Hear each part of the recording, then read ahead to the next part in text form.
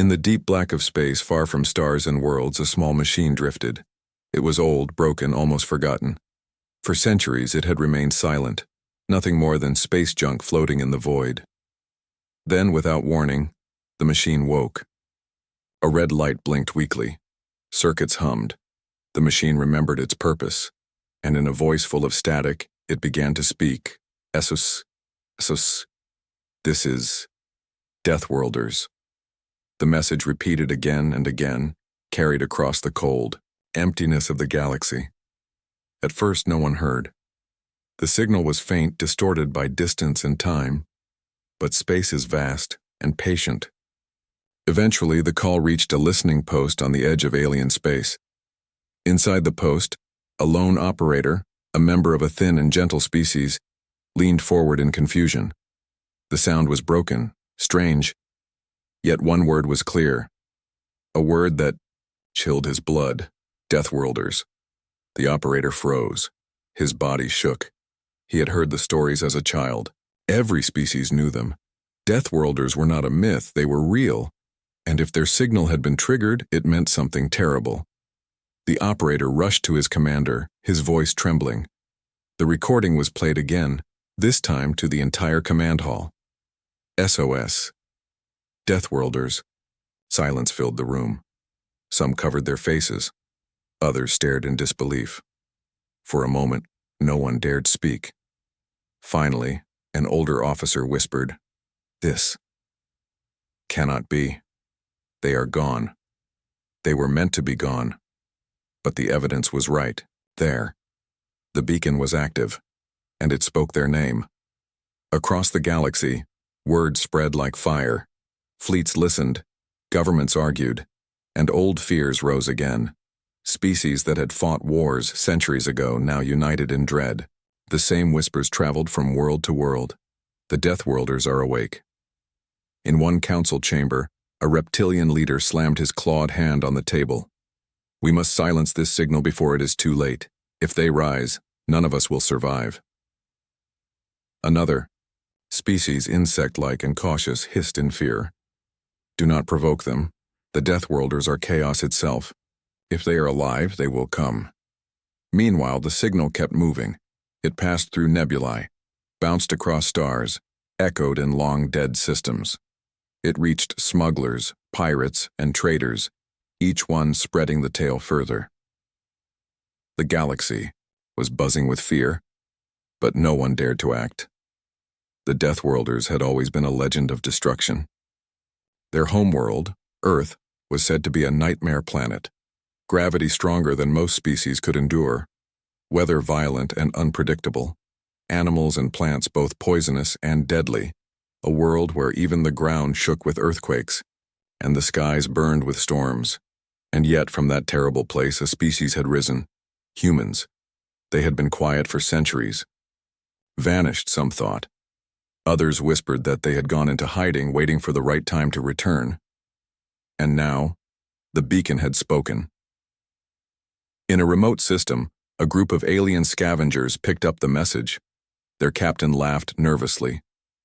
"Old tech, probably worthless, just a ghost signal." But one of his crew, older and wiser, shook his head. "No. I fought near the rim once. I saw what they could do.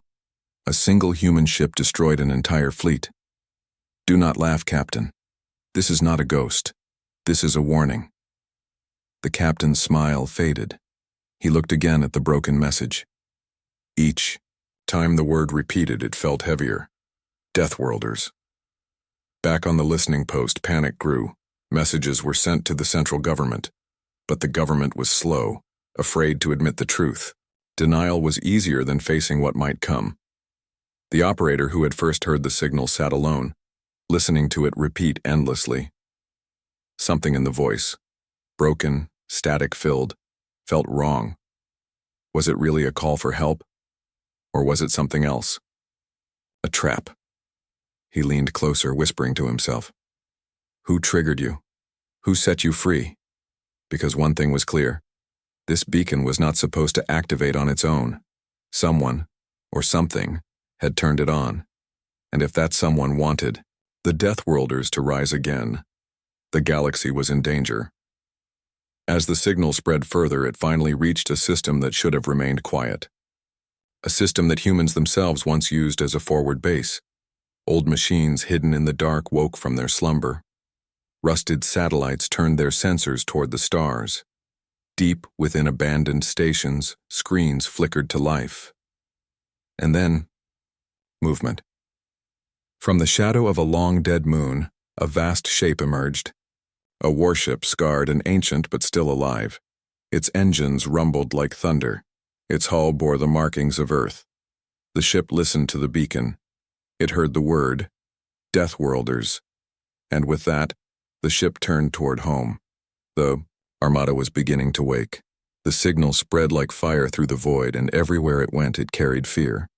But fear alone was not new. The galaxy had seen wars before. It had seen plagues, tyrants, and star killers. Yet this fear was different. It had a name.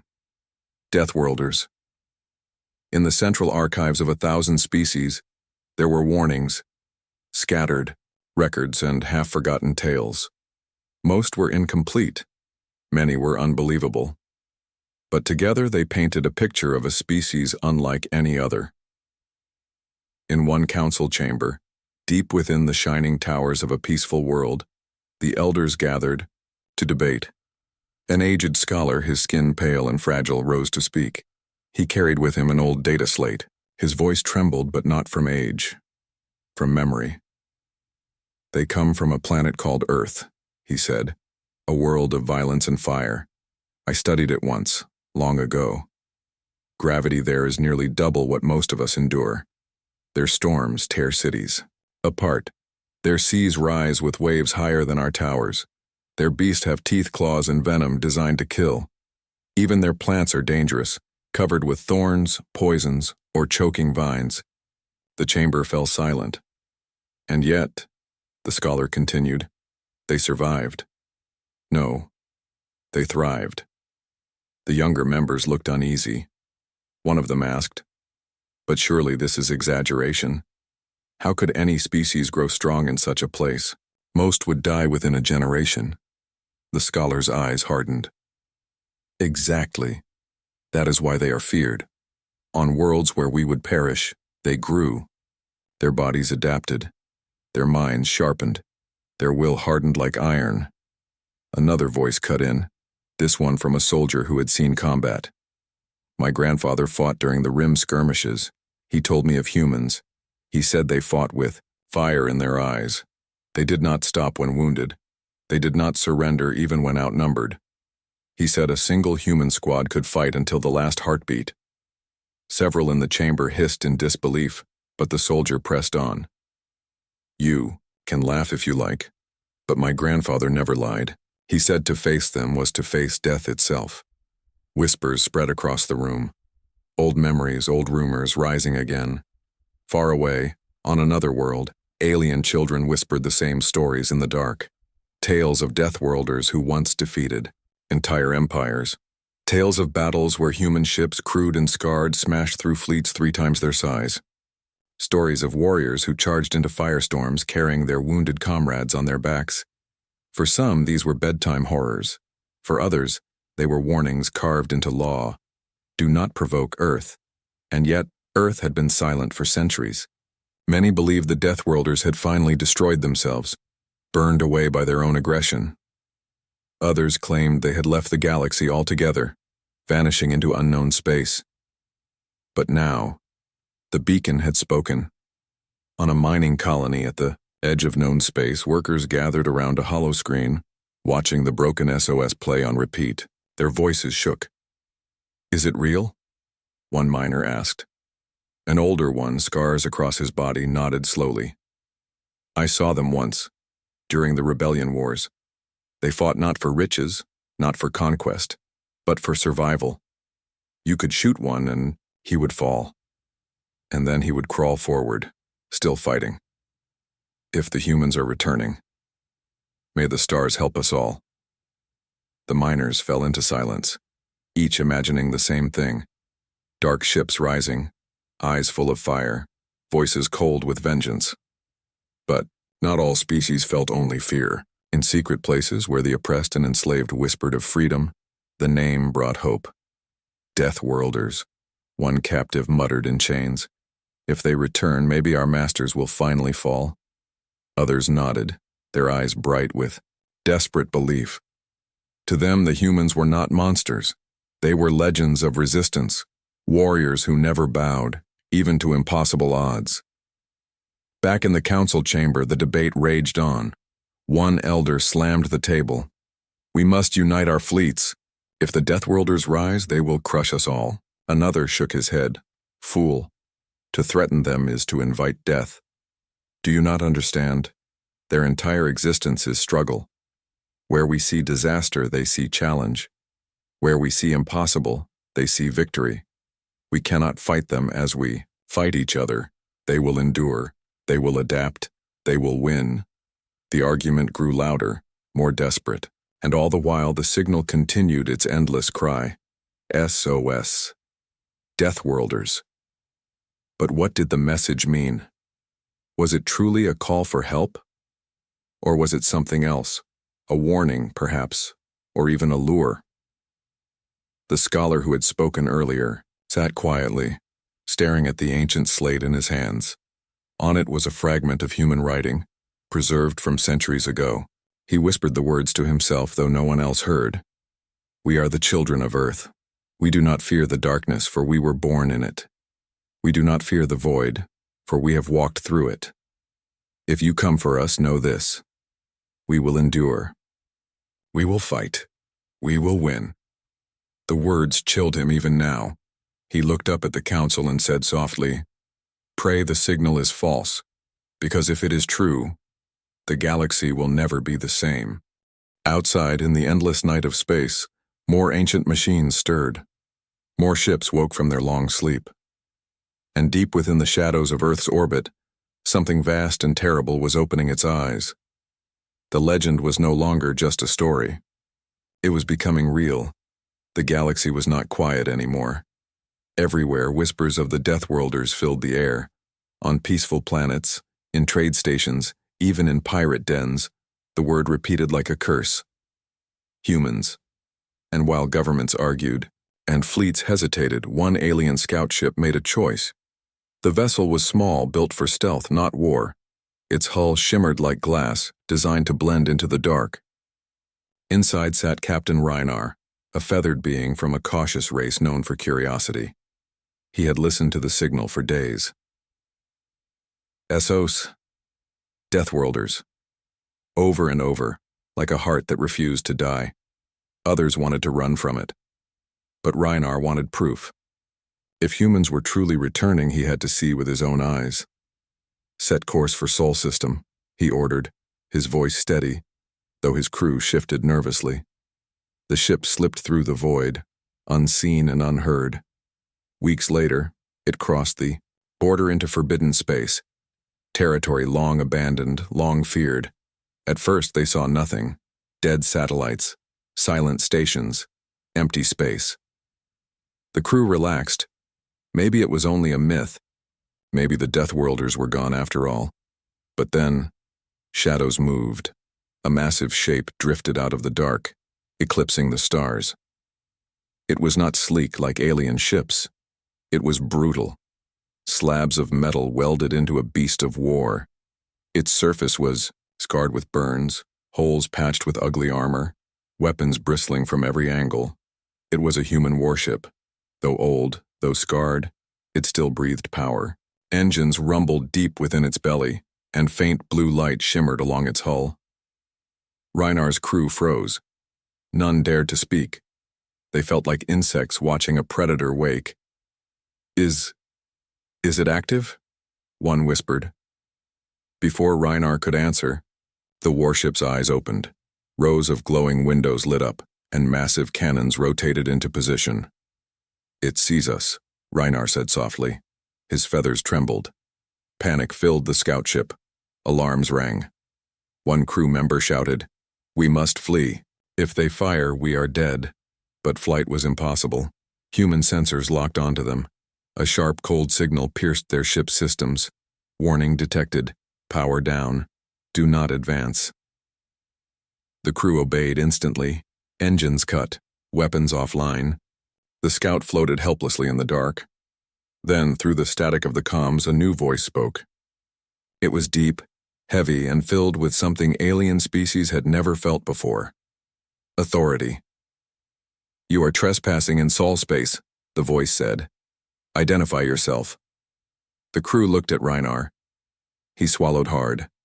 Slowly, he leaned forward and answered, "This is Captain Reinar of the scout vessel Sereth. We received your signal. We came to investigate." For a long moment, there was only silence. Then the voice returned, colder than ice. "Our signal was not meant for you. Leave now!" The crew almost wept with relief.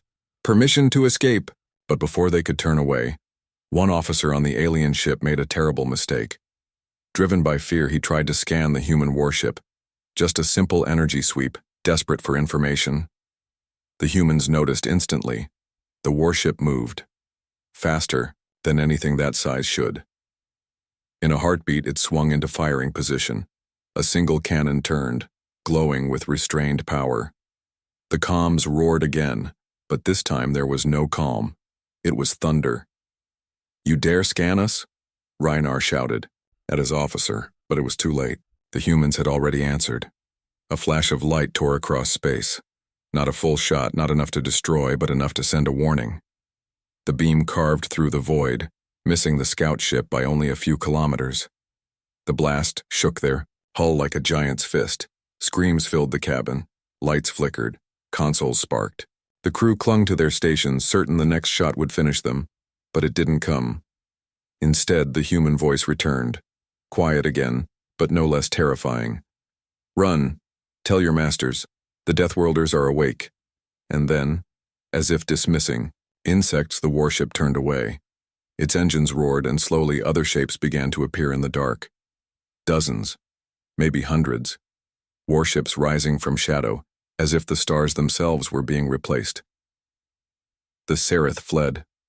Its engines screamed, pushing the little ship as far from Sol as possible. None of the crew looked back. None dared. When they finally reached safe space, their report spread faster than the signal itself. They had seen them, the humans, the Deathworlders. Some called the scout survival a miracle. Others called it a curse, proof that the legend was real. And as news traveled across the galaxy, fear turned to panic. Fleets began to mobilize. Councils argued day and night. Spies whispered of war. And everywhere the same question grew louder. If the Deathworlders had truly awakened, what would they do next? In the shadows of Earth's orbit, the human commander stood on the bridge of his ship. He had seen the alien scout flee. He had allowed it. That was no accident. The SOS beacon was never a call for help. It was a signal, a trigger.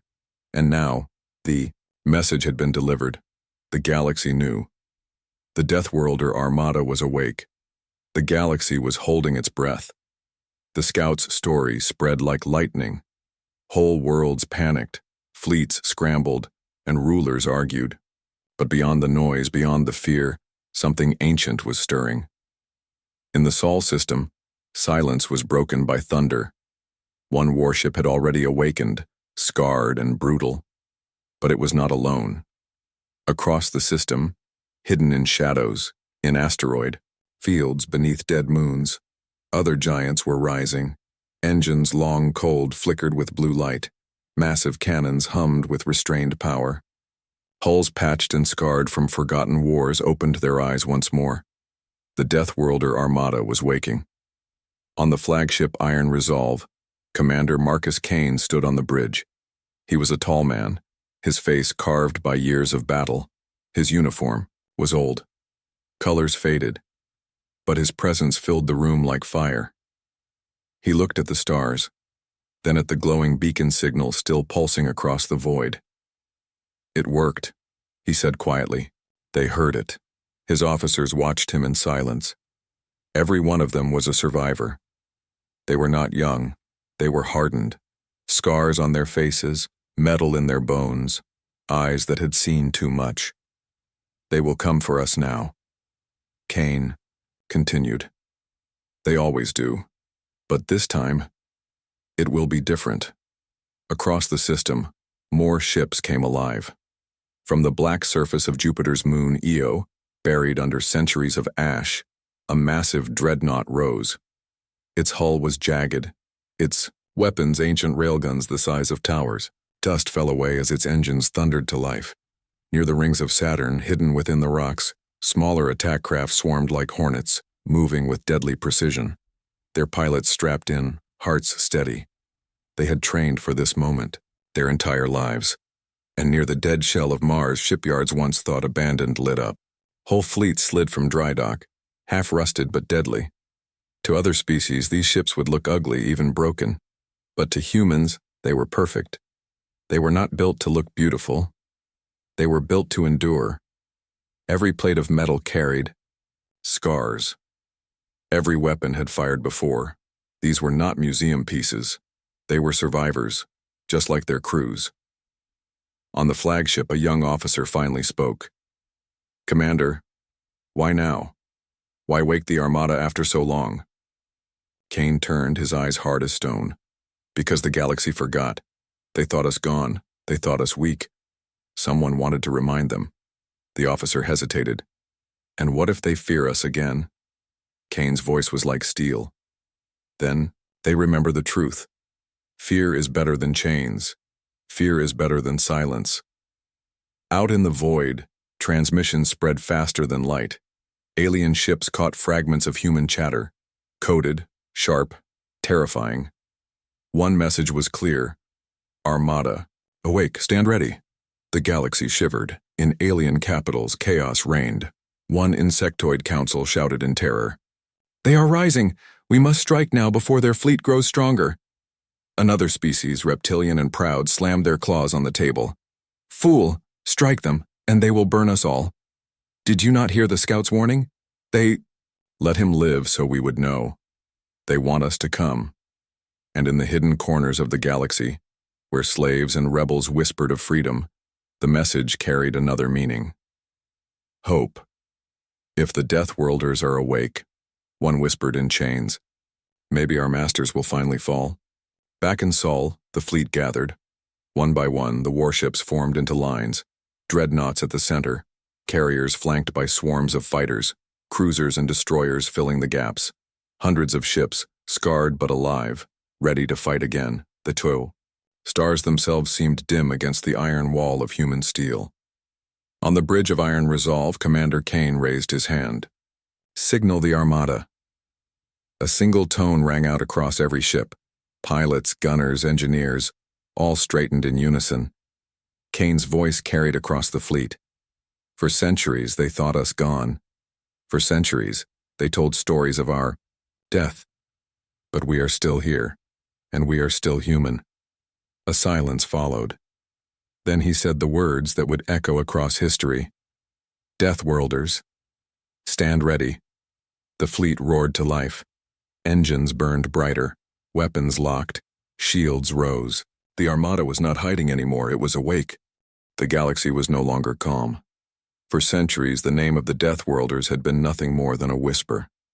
A ghost story told to frighten children. But now it was real again. The SOS beacon had spread their name. The scout ship had seen them. And worse, the Armada had awakened. Across 1,000 star systems, governments, councils, and warlords scrambled to react. In the shining halls of the Serathi Council, fear gripped the elders. Their species was fragile, known for philosophy and peace, not war. Yet even here the word Deathworlders spread like poison. One elder, her skin pale as glass, shook as she spoke. "We cannot face them. We must beg for truce. If they rise, they will crush us." Another slammed the table. "Begging will not save us. Do you not remember their history? They fought every empire that tried to chain them. They will not accept weakness. If we bow, they will see prey." The chamber erupted in chaos. Fear battled fear. No decision was made. On the war world of Karun, things were different. Here the strong ruled. Massive reptilian generals armored in steel, gathered in a war chamber glowing red with heat. Holoscreens showed the image of human warships rising from Sol. General Vakar bared his fangs. "At last," he growled, "a worthy enemy returns. Too long have we fought cowards and merchants. If the Deathworlders wish for war, we will meet them in fire." But even his officers shifted uneasily. One spoke softly. "General, our fleets are strong, yes, but the humans are not like others. They endure damage that would break us. They fight until the last breath. Even victory against them is ruin." Vakar's eyes narrowed. He looked again at the crude, brutal shapes of human ships. And for the first time in years, even the great warlord felt a trace of doubt. Meanwhile, in the hidden corners of the galaxy, hope spread. On mining worlds, where slaves toiled under the lash of their masters, the whispers grew louder. The Deathworlders are awake. They will come for the empires. They will break the chains. For the oppressed, the humans were not monsters. They were legends of defiance, warriors who never bent, never bowed. To them, the return of Deathworlders was a promise. Maybe freedom would come. In a shadowed chamber on a secret world, spies and diplomats met in silence. They were from many species, some enemies, some rivals, but all united by fear. "They are awake," said one cloaked figure. "They let the scout live on purpose, said another. "It was no accident. They want us to know. They want us afraid." "What is their goal?" a third voice demanded. "Why now? Why rise after centuries of silence?" No one answered, but all of them felt the same chill. The panic reached even the great trade networks. Merchants diverted, ships. Smugglers vanished into the dark. Pirates stopped raids, fearing they might cross the path of human patrols. Even crime slowed, swallowed by fear of the returning predators. The galaxy itself seemed to pause. Back in the Sarathi Council, a new proposal arose: alliance. "If they rise, none of us can stop them alone," one leader said. But together, perhaps. The idea spread. Fleets that had once fought each other now began to whisper of unity. Old enemies opened cautious channels. Messages of alliance were sent across the stars. Not out of friendship, but out of shared fear. And yet, even as they plotted unity, not all agreed. Some species believed war was suicide. Others believed surrender was safer. Still others believed humans would not destroy them, but save them. The galaxy fractured, torn between terror, hope, and pride. On the rim, where the first signal had been, Herd Captain Reinar's testimony was repeated in every council. His words became a warning written into every report. They let us live. They let us see. It was a message, and every leader knew what that message meant. The Deathworlders are awake and they are watching. In the Sol system, the Armada gathered strength. From alien eyes watching afar, it looked like madness. Ships scarred, ugly, patched with crude armor, yet each one alive with fire. Lines of warships stretched across space, dreadnoughts flanked by destroyers, carriers surrounded by fighters, a wall of steel and fury. To the galaxy, it was a nightmare. To humans, it was survival. Commander Marcus Kane stood on the bridge of the Iron Resolve, listening to the waves of panic reports flooding through intercepted channels. His officers smiled grimly. "Let them panic," Kane said. "Let them argue. Fear is the first weapon." But even Kane knew this was only the beginning. Fear could scatter enemies, yes, but it could also unite them. Already whispers of coalitions reached his ears. The galaxy was not blind. It was preparing. And deep in his heart, Kane knew. The first clash was coming. The galaxy had reacted with fear, with panic, with hope. But none of them truly understood the truth yet. The Deathworlders had not awakened for conquest, not for glory, not even for vengeance. They had awakened for survival, and survival was the one thing humans never lost. The galaxy had waited in fear. Whispers of the Deathworlders had spread to every star, But whispers were not enough. Soon, there would be proof. And proof came in the form of war. Far from Sol, in a system ruled by the Zaltri Dominion, a cruel empire thrived. For centuries, the Zaltri had enslaved weaker races, stripping them of freedom, crushing rebellions without mercy. It was here, deep in the Dominion's grip, that the SOS beacon had first been triggered.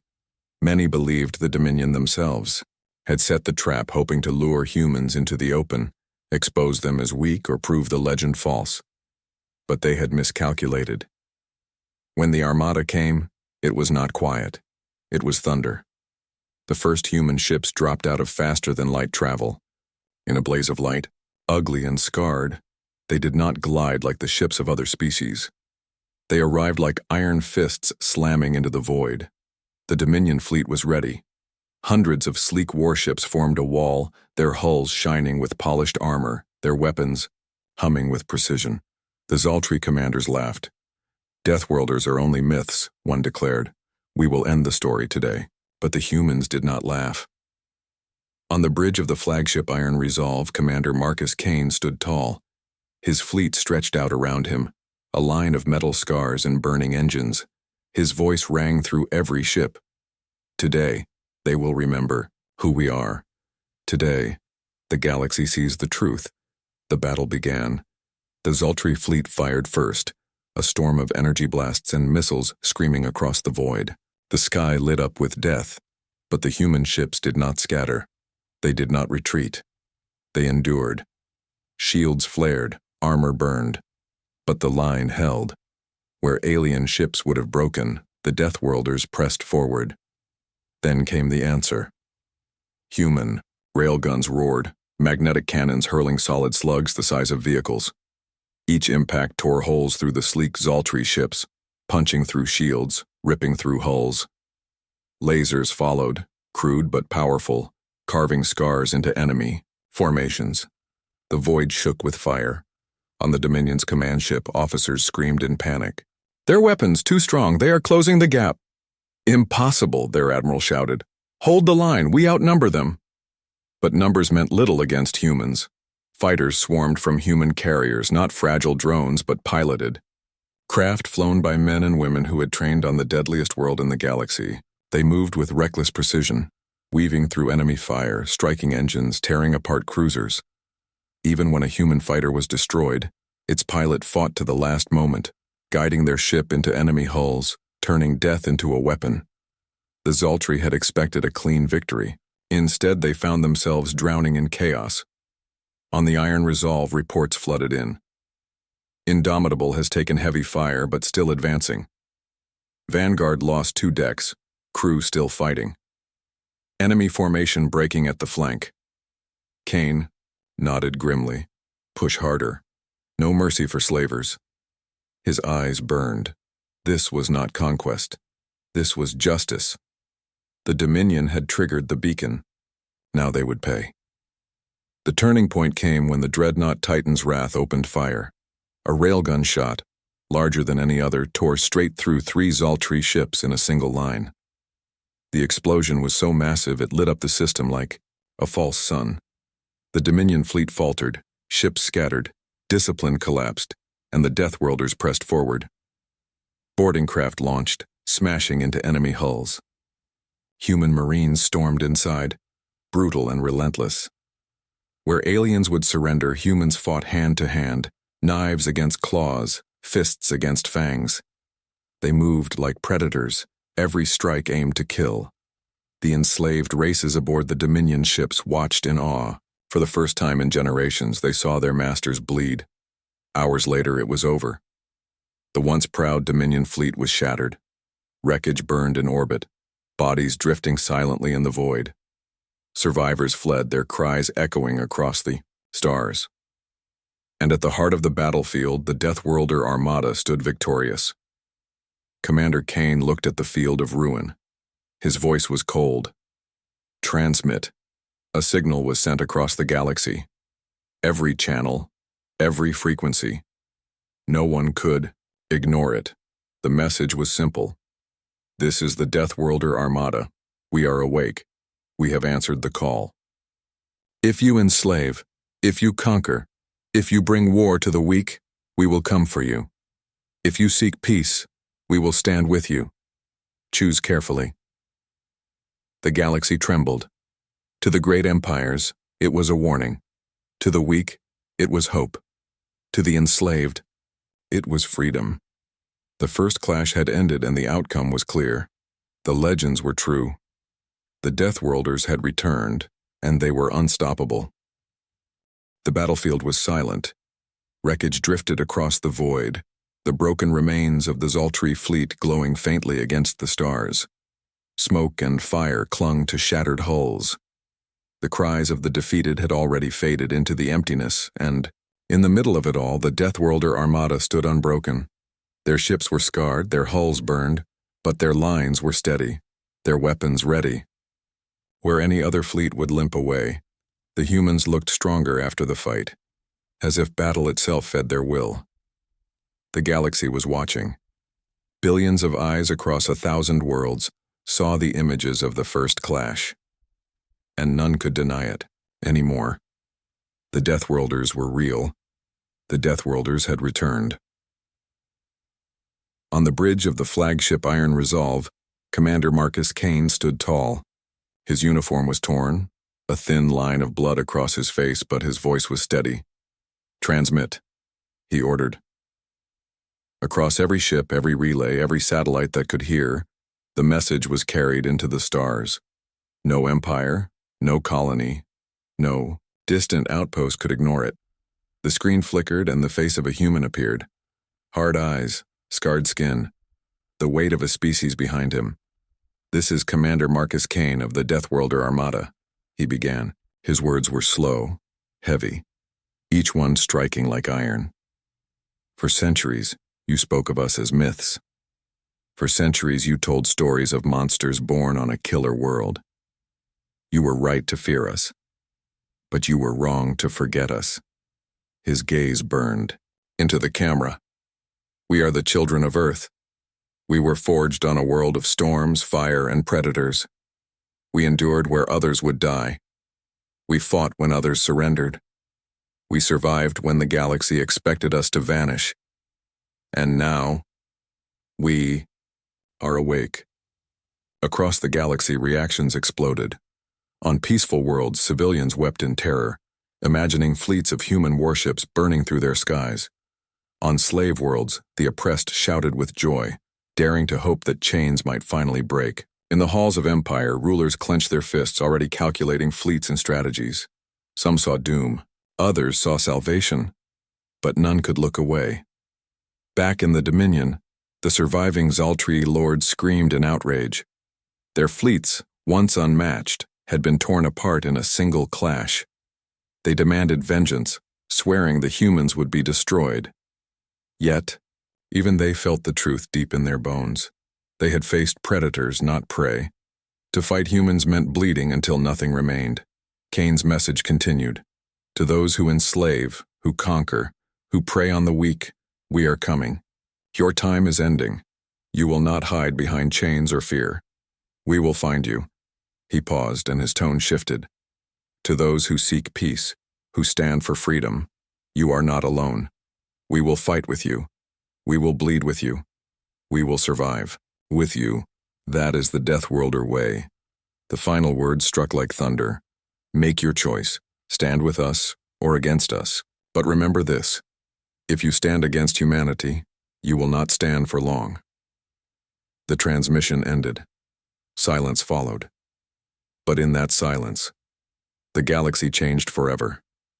In the shadows of distant worlds, resistance groups raised their heads. For the first time in years, they whispered the human words, "We will survive. We will fight. We will win." In imperial capitals, generals tore apart their strategies, knowing no plan could ever be enough against enemies who never surrendered. In TR, the quiet corners of trade routes, smugglers and merchants spoke of shifting loyalties. If the humans offered freedom, perhaps it was worth the risk. And deep within the galaxy, ancient powers stirred uneasily. Species that had watched from the dark, untouched by galactic wars, now asked themselves, if Deathworlders could return, After centuries, what else could rise? On the Iron Resolve, Kane stood with his crew. Around him, men and women leaned on consoles, bandaged and bloodied, but smiling grimly. They had fought, they had won, and they had sent their message. Kane looked out at the stars. His voice was quiet, meant only for those close enough to hear. "They think we are monsters," he said, "but we are not monsters. We are survivors, and the galaxy will learn there is nothing more dangerous than a survivor with something to protect." His officers nodded. They understood. Humanity's return was not conquest. It was not revenge. It was something greater. It was a warning.